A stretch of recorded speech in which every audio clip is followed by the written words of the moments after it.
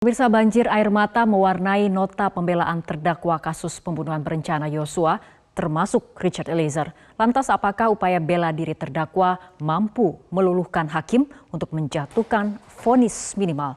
Inilah Top Review.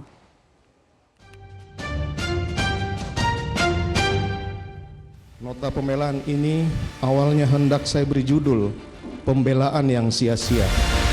Apakah harga kejujuran harus dibayar 12 tahun penjara?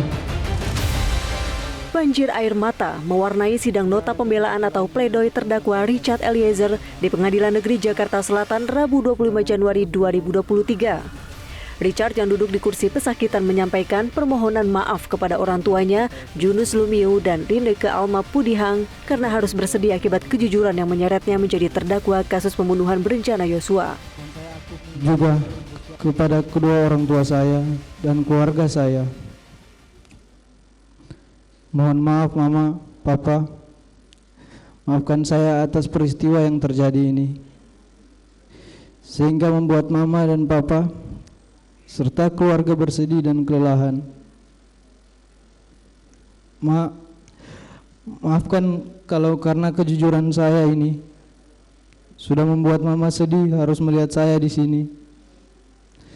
Saya tahu Mama sedih, tapi saya tahu Mama bangga saya berjuang untuk terus menjalankan perkataan Mama, menjadi anak yang baik dan jujur. Saya berterima kasih Mama, selalu ada mendukung saya di sini. Pak, maafkan saya Pak, karena akibat peristiwa ini Papa harus kehilangan pekerjaan.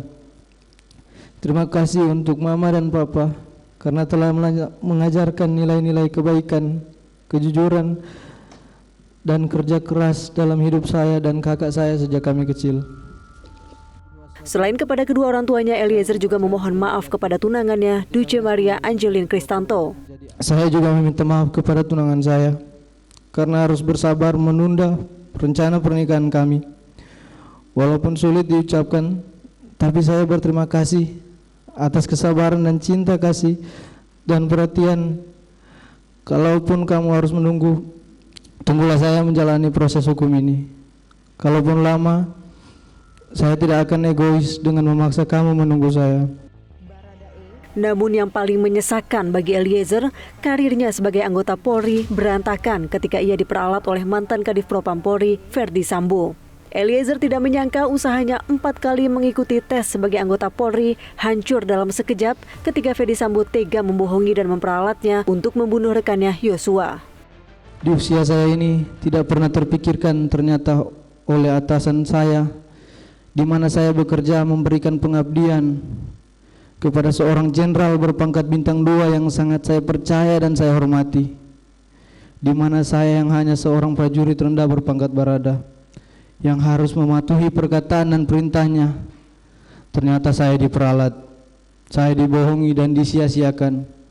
Bahkan kejujuran yang saya sampaikan tidak dihargai, malahan saya dimusuhi. Begitu hancurnya perasaan saya dan goyahnya mental saya. Sangat tidak menyangka akan mengalami peristiwa menyakitkan seperti ini dalam hidup saya. Dalam nota pembelaannya Selasa 24 Januari 2023, terdakwa Verdi Sambo memang masih saja menyalahkan Eliezer atas kasus pembunuhan berencana Yosua. Sambo berdalih tidak pernah memerintahkan Eliezer untuk membunuh Yosua, melainkan hanya meminta antisipasi bila ada perlawanan dari Yosua saat ia mengkonfirmasi cerita pelecehan seksual yang dialami oleh istrinya Putri Chandrawati di Malang.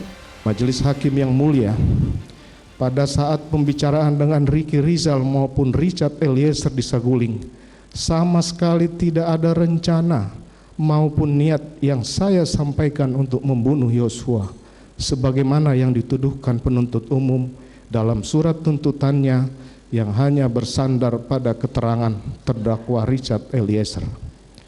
Demikian pula keterangan tunggal dari terdakwa Richard Eliezer yang menjelaskan bagaimana saya memberikan kotak peluru kepadanya, menggunakan sarung tangan, juga menyebutkan mengenai pembicaraan CCTV yang semua keterangan tersebut tidak benar, tidak ada dalam fakta, dan tidak berkesesuaian dengan bukti-bukti di persidangan.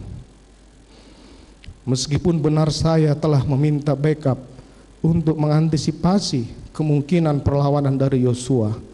Namun maksud yang saya sampaikan adalah semata-mata melakukan konfirmasi terhadap Yosua atas peristiwa yang telah dialami oleh istri saya, Putri Chandrawati. Lewat pledoi, Putri Chandrawati bercerita soal pelecehan seksual. Tidak hanya dilecehkan, Putri mengaku juga dianiaya hingga diperkosa oleh Yosua. Putri mengaku tidak menyangka ajudan yang dipercayainya tega berlaku keji terhadapnya. Saya tidak mengerti mengapa ini harus terjadi pada saya, tepat di hari pernikahan kami yang ke-22.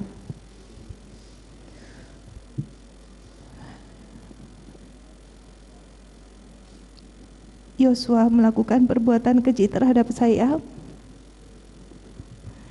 Dia melakukan kekerasan seksual, menganiaya dan mengancam, membunuh, bukan hanya bagi saya, tapi juga bagi orang-orang yang saya cintai.